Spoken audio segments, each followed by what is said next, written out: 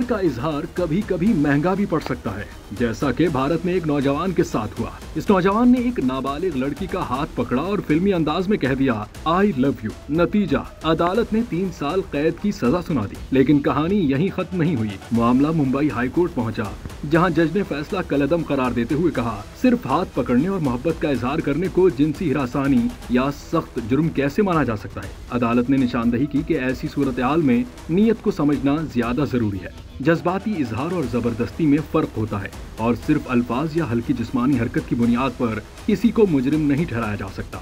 यूं अदालत ने नौजवान को बड़ी कानूनी मुश्किल से निकाला और साथ ही ये वाज़ेह पैगाम दिया कि कानून में मोहब्बत और हिरासानी के दरमियान फर्क को समझना जरूरी है।